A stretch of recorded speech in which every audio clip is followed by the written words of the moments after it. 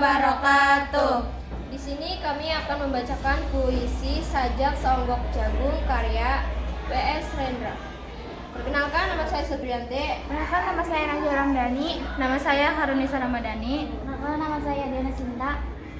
Sajak Seonggok Jagung karya W.S. Rendra.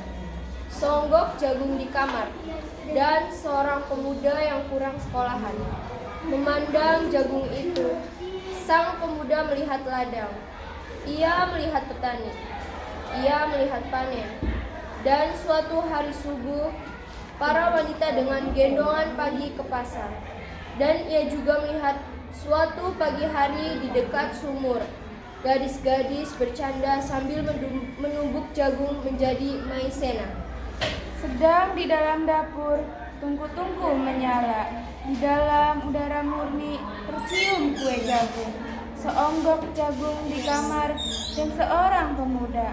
Ia siap menggarap jagung. Ia melihat kemungkinan. Otak dan tangan siap bekerja. Tetapi ini seonggok jagung di kamar dan seorang pemuda tamat SLA. Tak ada uang, tak ada menjadi mahasiswa. Hanya ada seonggok jagung di kamarnya. Ia memandang jagung itu dan ia melihat dirinya terlunta-lunta. Ia melihat dirinya ditendang dari diskotik. Ia melihat sepasang sepatu Kenes di balik etalase. Ia melihat saingannya naik sepeda motor. Ia melihat nomor-nomor lotre.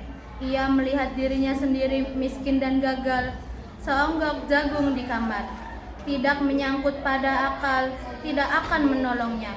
Seonggok jagung di kamar tak akan menolong seorang pemuda yang pandangannya hidup berasal dari buku dan tidak dari kehidupan, yang tidak terlatih dalam metode dan hanya penuh hafalan kesimpulan, yang hanya terlatih sebagai pemakai tetapi kurang latihan bebas berkarya. Pendidikan telah memisahkannya dari kehidupan.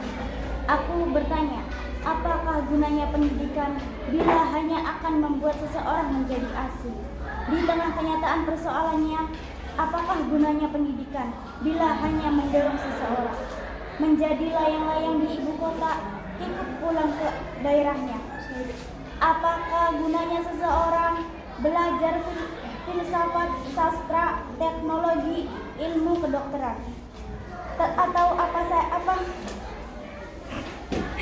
Lanjut. Ini baca gimana? Kata tak edit.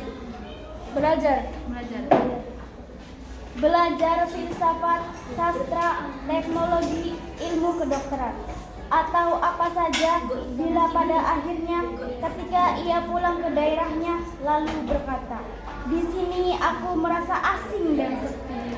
Sekian dari kami. Assalamualaikum warahmatullahi wabarakatuh.